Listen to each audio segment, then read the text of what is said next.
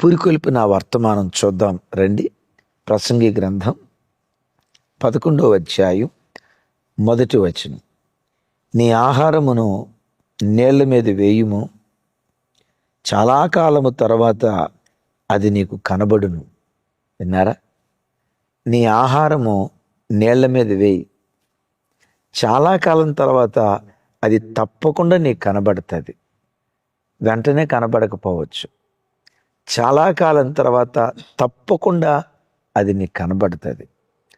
మెదక్ ప్రాంతంలో పరిచర్య ప్రారంభించాలని రమారమి 7-8 సంవత్సరాల నుంచి మేము ప్రార్థన చేస్తూ వచ్చాం.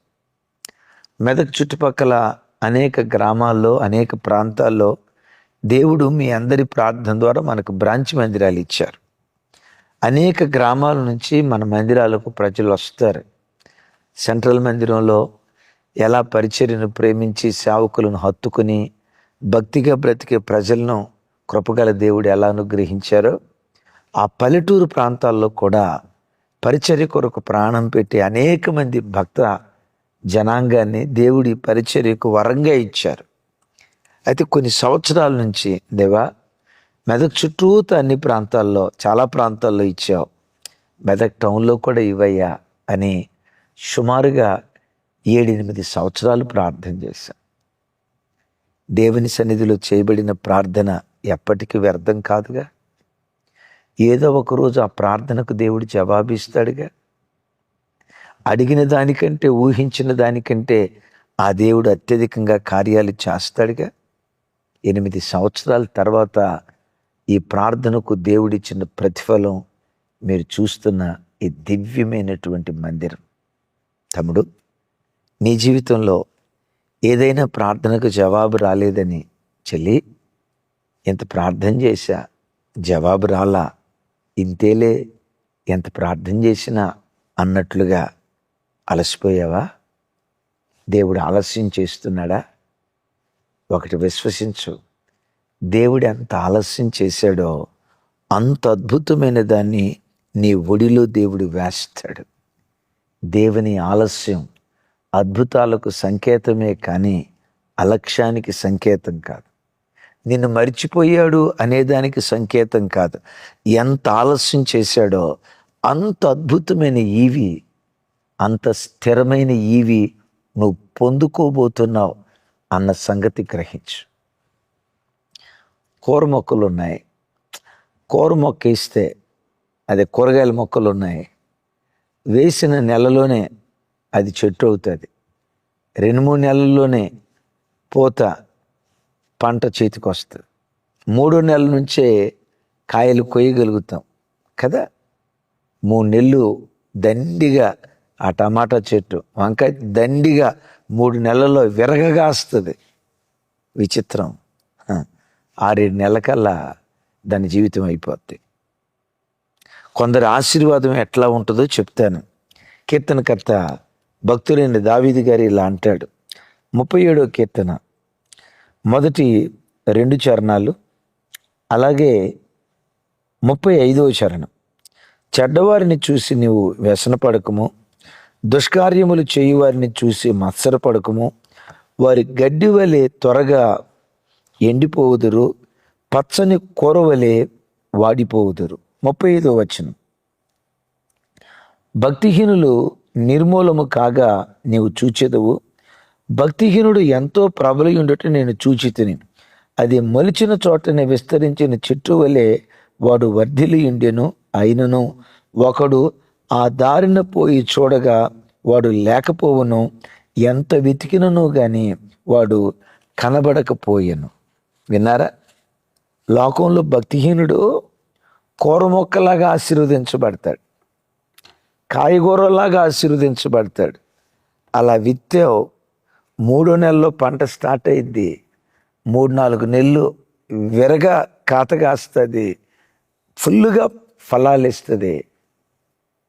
మొత్తానికి 7వ నెల గడిచేసరికి ఆ చెట్టుకి అక్కడ ఉండదు, నరకబడిపోతాయి. ఆ కూర మొక్క 3వ నెలలోనే అది ఫలించడం ప్రారంభించింది. ఆ ప్రక్కనే ఒలివ చెట్టు వేసాం, ఒలివ విత్తనం వేసాం. ఒలీవ విత్తనంలో నుంచి మొలకొచ్చి, ఆ మొలకలో నుంచి మొక్కొచ్చి, ఆ మొక్కలో నుంచి చెట్టు వచ్చి, ఆ చెట్టులో నుంచి ఫలాలు రావాలంటే ఇంచుమించు 5-6 సంవత్సరాలు పట్టింది. ఈ ఒలీవ చెట్టును చూసి టమాటా చెట్టు, వంకాయ చెట్టు అంటదంట, చూడు చూడు నేను 3 నెలల్లోనే చెట్టునయ్యా, చూడు చూడు 3 నెలల్లోనే నేను ఫుల్గా కాపు కాస్తున్నా, చూడు చూడు ఎరగగాసా, నువ్వు ఉన్నావు 3 నెలల్లో కనీసం మొలకెత్తను కూడా మొలకెత్తల, చిన్నపాటి మొక్క కూడా రాల, నన్ను చూడు నా సోకు చూడని ఈ కూర మొక్క అనుకుంటుందట. నిజమే, ఒలీవ చెట్టుకు దేవుడిచ్చే ఆశీర్వాదం ఎప్పుడు ఆలస్యంగానే ఉంటుంది. విచిత్రం, 6 సంవత్సరాల తర్వాత అది చెట్టు అయి 6వ సంవత్సరంలో కాపు కాయటం ప్రారంభించింది కదా. ఒలీవ చెట్టు ఎన్ని సంవత్సరాలు బ్రతుకుతుందో తెలుసా? 1000 సంవత్సరాలకు పైగా బ్రతుకుతుంది. కొంతమంది చరిత్రకారులు అంటారు అసలు దానికి మరణమే లేదని. ఇజ్రాయేల్ దేశంలో 2000 సంవత్సరాల నుంచి 2000 సంవత్సరాల క్రితపు ఒలీవ చెట్లు ఎప్పటికీ ఉన్నాయని. కూర మొక్క భోగం 6 నెలలు, ఒలీవ చెట్టు యొక్క వైభోగం 2000 సంవత్సరాలు. 2000 సంవత్సరాలు పూత పోస్తానే ఉంటుంది, కాయలు కాస్తానే ఉంటుంది, నీడనిస్తానే ఉంటుంది, ఆశ్రయాన్ని కల్పిస్తూనే ఉంటుంది. తమ్ముడా చెల్లి, నీ ఆశీర్వాదం ఒలీవ చెట్టు లాంటి ఆశీర్వాదం. ఆలస్యమేమో, అద్భుతమైన దాన్ని నీ ఒడిలో వేస్తాడు. నా ప్రార్థన ఏమైపోయిందో, మెదక్ కోసం మేము చేసిన ప్రార్థన ఏమైపోయిందో, సంఘం కాచిన కన్నీళ్ళు ఏమైపోయాయో, 21 దినాల ఉపవాస ప్రార్థనలో చేసిన రోదన ధ్వని ఏమైపోయిందో మనుషులుగా కొన్నిసార్లు అనుకుంటాం. విశ్వసించు, దేవుని సన్నిధిలో చేయబడిన ప్రార్థన ఎప్పటికీ ఎప్పటికీ ఎన్నటికీ వ్యర్థం కాదు. అమెరికా దేశంలో ఉద్యోగం కొరకు క్రైస్తవ దేశాలుగా పిలువబడుతున్న దేశాల్లో గొప్ప ఆధ్యాత్మిక ఉద్యమాన్ని దేవుడు రగుల్చున్నట్లుగా ఆయా దేశాల కొరకు మనం ప్రార్థన చేశాంగా. మన ప్రార్థన వ్యర్థమైందా? దేవుని కృప ఈరోజు అమెరికా దేశంలో ఆధ్యాత్మిక ఉద్యమాన్ని దేవుడు కలుగు చేస్తున్నాడు. 2025 సంవత్సరంలో అమెరికా దేశంలో రమారమి 2 కోట్ల బైబిళ్ళు అమ్ముడుపోయాయట. అమెరికా దేశంలో ఉన్న యూత్ ఈరోజు కిర్క్ మరణం తర్వాత 40% యూత్ మందిరాలకి వెళ్ళటం ప్రారంభించారట. ఇంకొక అద్భుతం చెప్పమంటారా? అమెరికా దేశంలో ఫ్లోరిడా అనే రాష్ట్రంలో జాక్సన్ విల్లే అనే పట్టణంలో ఫస్ట్ బాప్టిస్ట్ చర్చ్ ఉంటుందట. సహోదరులు జాషువా డానియల్ గారు Christian minority vice chairman Andhra ప్రాంతానికి. ఆ సహోదరులు నాకు చెప్పిన విషయం, వారు అమెరికా దేశంలో ఉన్నప్పుడు ఫస్ట్ బాప్టిస్ట్ చర్చ్కి వెళ్ళేవారట. ఆ రోజుల్లో ప్రతి ఆదివారం 18,000 మంది ప్రజలు వచ్చేవాళ్ళట. ఈ 2025 సంవత్సరంలో అదే మందిరానికి ప్రతి ఆదివారం 26,000 మంది ప్రజలు వస్తున్నారట. ఎంత గొప్ప ఆధ్యాత్మిక ఉద్యమం మీకు తెలుసా? రాగల దినాల్లో చెప్తాను.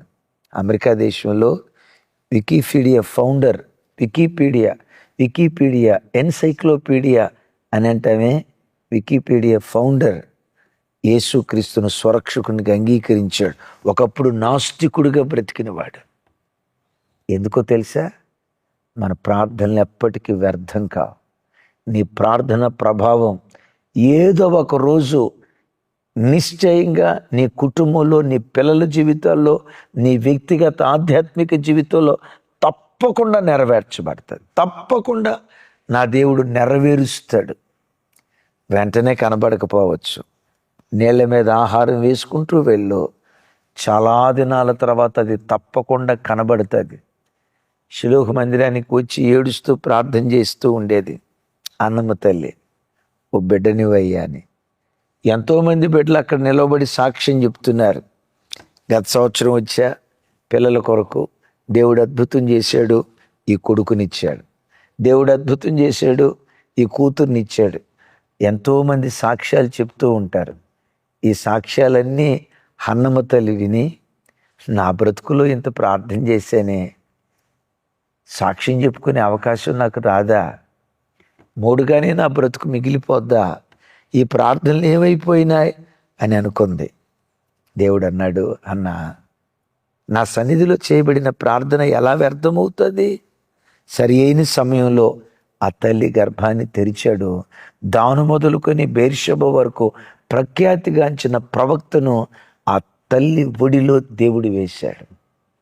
అన్నం అనుకుంది, నేల మీద ఆహారం వేశా, ప్రార్థన చేశా, వ్యర్థమైపోయిందేమో అని అనుకుంది. నేల మీద ఆహారం వేయుము, చాలా దినాల తర్వాత అది తప్పకుండా ఆ ప్రార్థనకు ప్రతిఫలం నీకు కనబడునుగాక. తమ్ముడు, చెల్లి, ఏ ప్రార్థనకు జవాబు రాలేదు, కనపడలేదు, ఏ ప్రార్థనకు ప్రతిఫలాన్ని నేను చూడలేకపోయాను, ఏడుస్తున్నావు, కలవరపడకు. అలా దేవుని సన్నిధిలో ప్రార్థన చేసుకుంటూ వెళ్ళు. తగిన కాలమందు తప్పకుండా నీకు కనబడేటట్లుగా దేవుడు కార్యం చేస్తాడు. ఒక అద్భుతమైన సంగతి చెప్తాను. యేసుక్రీస్తు వారు శిలువ మరణానికి అప్పగించబడబోయే ముందు గెత్సెమనే తోట వైపు వెళ్ళేటప్పుడు 17వ అధ్యాయం యోహాను సువార్త ప్రార్థన చేసుకుంటూ గెత్సెమనే తోటకు వెళ్ళారు. ఆ 17వ అధ్యాయంలో ప్రార్థన ఏమంటారంటే వాకింగ్ ప్రేయర్. కొంతమంది వాకింగ్ ప్రైజింగ్ చేస్తారు, నడుచుకుంటూ దేవునికి స్తోత్రాలు చెప్తారు. ఓ గ్రామం చుట్టూతో తిరుగుతూ స్తోత్రాలు చెప్తూ, దేవా, ఈ గ్రామాన్ని రక్షించినందుకు స్తోత్రం, ఈ ప్రజలను రక్షించినందుకు స్తోత్రం. ప్రైజ్ వాక్ అంటారు. యేసుక్రీస్తు వారు నడుచుకుంటూ ప్రార్థన చేసుకుంటూ వెళ్ళారు. దీన్ని ప్రేయర్ వాక్ అంటారు. కొందరు ప్రైజ్ వాక్ చేస్తే, యేసుక్రీస్తు వారు ప్రేయర్ వాక్. ఈ ప్రార్థనలో ప్రాముఖ్యంగా 5 విషయాలు చేశారు ప్రార్థన. ఒకటేంటో తెలుసా? తండ్రి, నీవు నాకు అప్పగించిన వారిలో ఎవరిని దుష్టుడు ముట్టకూడదు. నాశనపుత్రుడు ఆల్రెడీ ముట్టబడ్డాడు. తతిమ వాళ్ళలో ఎవరిని దుష్టుడు ముట్టకూడదు. నంబర్ 1, సత్యమందు వీరిని ప్రతిష్ఠ చేయి. నంబర్ 2, నంబర్ 3, తండ్రి, నీవు నేను ఏకమై ఉన్నలాగున ఈ 11 మంది అపోస్తుల్లో ఏకమై ఉండేటట్లుగా సహాయం చేయయ్యా. తండ్రి, నా యందు నీకు ఏ ప్రేమ ఉందో, నీ యందు నాకు ఏ ప్రేమ ఉందో, అలాంటి ప్రేమతో వీరు ఒకరినొకరు ప్రేమించుకోవాలి. 5వది, నేనుండే స్థలంలో ఈ పిల్లలు ఉండాలి. 5 విషయాలు ప్రార్థించారు. దైవజనమ, కొన్ని సందర్భాల్లో యేసయ్య అంత ప్రార్థన చేసినా పేతురు అంత మారినట్లుగా, యోహాను, యాకోబు, అపోస్తులు అంత మారినట్లుగా, అంత మార్పుతో కూడుకున్న ప్రవర్తన కనపడినట్లుగా చూడం. కొన్నిసార్లు నువ్వు ప్రార్థన చేసినప్పుడు కూడా భర్త కొరకు, పిల్లల కొరకు, ఆరోగ్యం కొరకు, ఆర్థిక విషయాల కొరకు ఎంత ప్రార్థన చేసినా ఆ ప్రార్థనకు జవాబు వచ్చినట్లుగా నీకు అనిపించదు. కలవరపడకు. ఏదో ఒకరోజు దేవుని సన్నిధిలో నువ్వు చేసిన ప్రార్థనకు తప్పకుండా దేవుడు ప్రతిఫలం ఇస్తాడు. ఆమేన్. యేసయ్య 5 విషయాల కొరకు ప్రార్థించారు కదా. మిమ్మల్ని అడుగుతా, ఆ తతిమ 11 మంది అపోస్తుల్లో ఎవరినైనా దుష్టుడు ముట్టాడా? ముట్టాలని ప్రయత్నం చేశాడు, కానీ ముట్టలేకపోయాడు. నా పిల్లల్ని దుష్టుడు ముట్టకూడదయ్యా, ప్రార్థన చేస్తున్నావు కదూ. నిశ్చయంగా నీ ప్రార్థన ద్వారా నీ పిల్లలను దుష్టుడు ముట్టడో. నామకార్థులుగా బ్రతుకుతున్నారా పిల్లలు, కుటుంబీకులు? ప్రార్థన చేసుకుంటూ వెళ్ళు. సత్యానికి సాక్షులుగా బ్రతికేటట్లుగా ఏదో ఒక రోజు ప్రభు చేస్తారు. శిష్యులు కొట్లాడుకుంటూ ఉండేవాళ్ళు, నేను గొప్ప, ఐక్యత లేదు. యేసయ్య ప్రార్థన చేశారు. గెత్సెమనే తోట నడుచుకుంటూ వెళ్ళి చేసిన ప్రార్థన వ్యర్థమైపోయిందా? ఆ చివరికి 11 మంది అపోస్తులు, 12 మంది అపోస్తులు ఏక మనసుతో, ఏక భావంతో, ఏక తాత్పర్యంతో, ఏక హృదయంతో బ్రతికినట్లుగా అపోస్తుల కార్యాల్లో మనం చూడమా?